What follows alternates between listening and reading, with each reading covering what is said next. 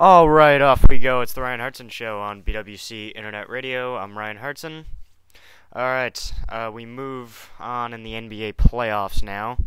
We're off to a pretty good start. The weekend was crazy. A lot of things happened that you didn't really expect would happen. It was extremely entertaining. I had a great time watching games all weekend long. Once again, me and Corey are gonna split up the load on the NBA playoffs. I'm gonna break down some of the topics that I like, and he's going to break down some of the topics that he likes. So, obviously, pick your poison, pick the videos that you like. Preferably, you'll watch all of them, and we can get as close to 10 views as possible. This is terrible. Alright, I'm going to start off with a topic that I like because I think I'm right, and, being right really stimulates my already massive ego. So I kind of like to keep that dopamine trail kind of rolling. And I love feeling good about myself. So the fact that I'm right about this is just fantastic, and I'm convinced that I'm right, and I'll argue with anyone about it. I will argue with you until I'm blue in the face that the Chicago Bulls are the most overrated team in the NBA. I think they're massively overrated. I think it's Derrick Rose and four guys from accounting.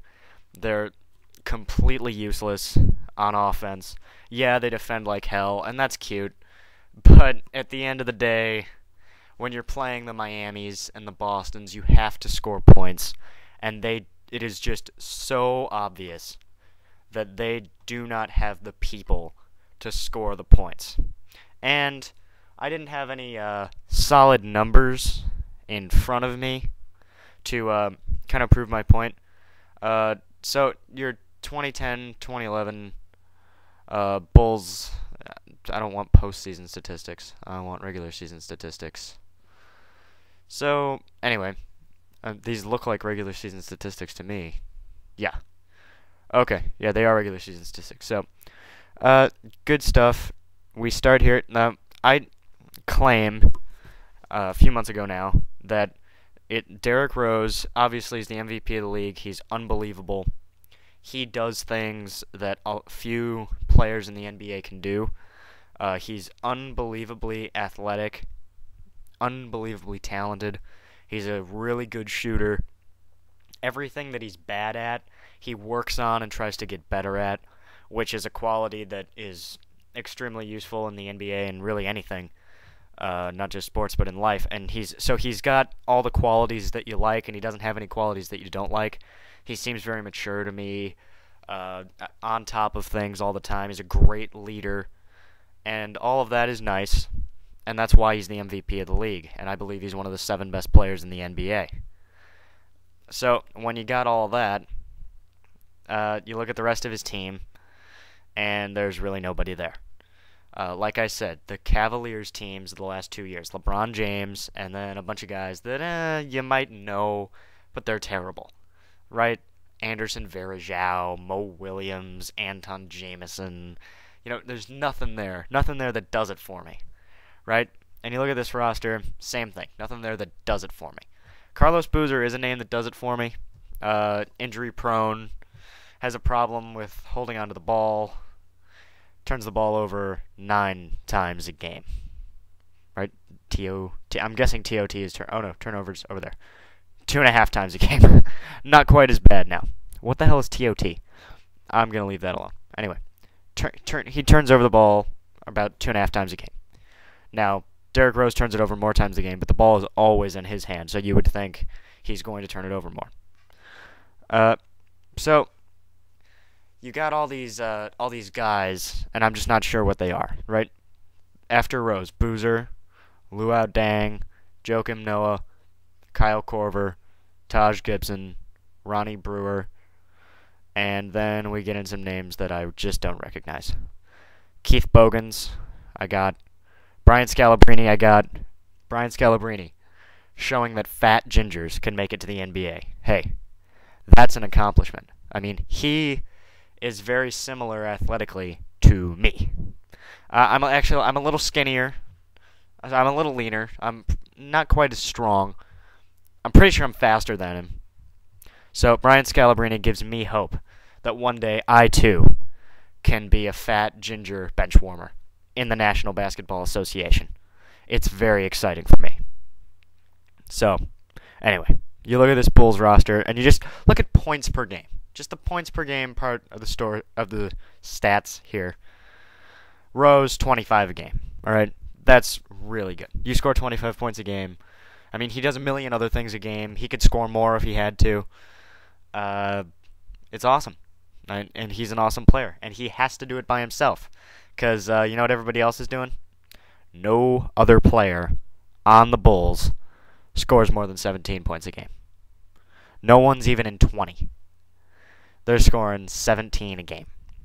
Boozer, 17.5. Dang, 17.4.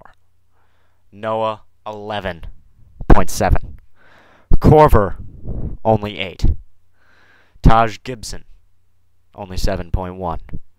Ronnie Brewer, only 6.2. And then down to my man Scalabrine, a point a game. I just want to point that out. I love Brian Scalabrine. So, Luol Deng is allegedly the second scorer on the Chicago Bulls. Only scored 1,400 points. Keep in mind the elite scorers in the NBA, or at least the really good scorers in the NBA.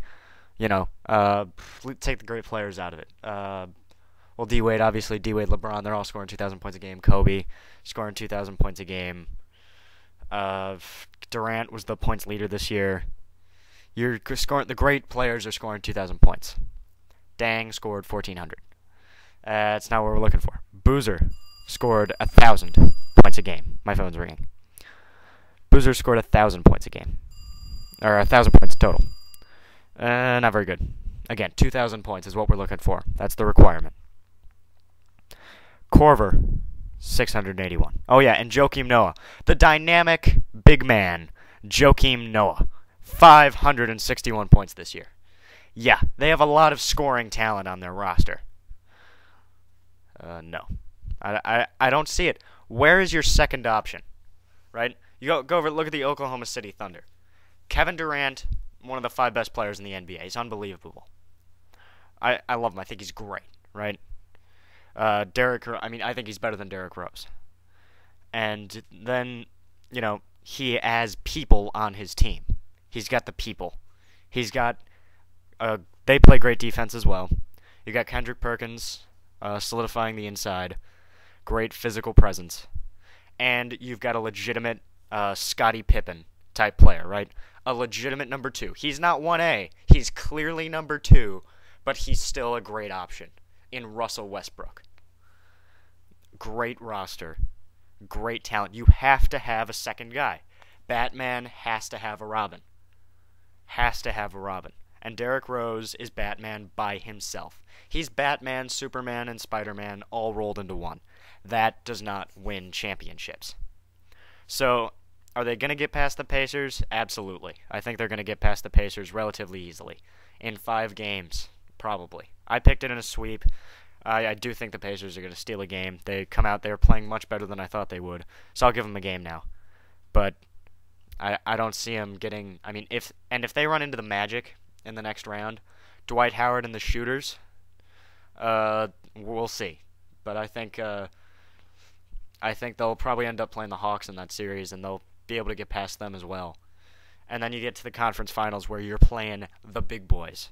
You're playing the real elite basketball teams. You're playing the teams that actually will win championships in Miami or Boston. They're in trouble. Boston has way more talent than the Bulls do. It's not even close how much more talent the Celtics have than the Bulls. It's really not even funny. Miami has considerably more talent as well. Now, not throughout the whole roster, they're probably about even. But when you talk about those 3 guys against one little guy, by the way, I'll take LeBron, Wade, and Bosh over one Derrick Rose any day of the week. I think the Heat or the Celtics would handle the Bulls in an Eastern Conference Finals. I'll actually pick that. If they get to the conference finals, Bulls, Celtics, I say the Celtics win in 5. I think it's a quick series. I don't think the Bulls have it in them because what do they want to? They want to play unbelievable defense. They want to get into kind of this bruising matchup. And Tom Thibodeau is from the Celtics staff. You're not going to beat the Celtics at their own game. The Celtics will kill them. I'd take the Celtics in 5 games. Miami would clean them up in 6 with the great scoring ability. And Miami defends pretty well as well. So I think the Bulls are in a ton of trouble when you talk about winning the title. They don't have the roster. They don't have the people. They don't have the talent. I just don't see it with the Bulls. I don't know where all this came from. Was it because they won so many games? Big deal.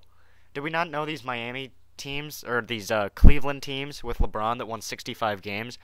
We all knew that they were going to be terrible in the playoffs. Or at least I did. I knew the Cavaliers without LeBron, or with LeBron. I knew they were going to be terrible in the playoffs. They didn't have any people.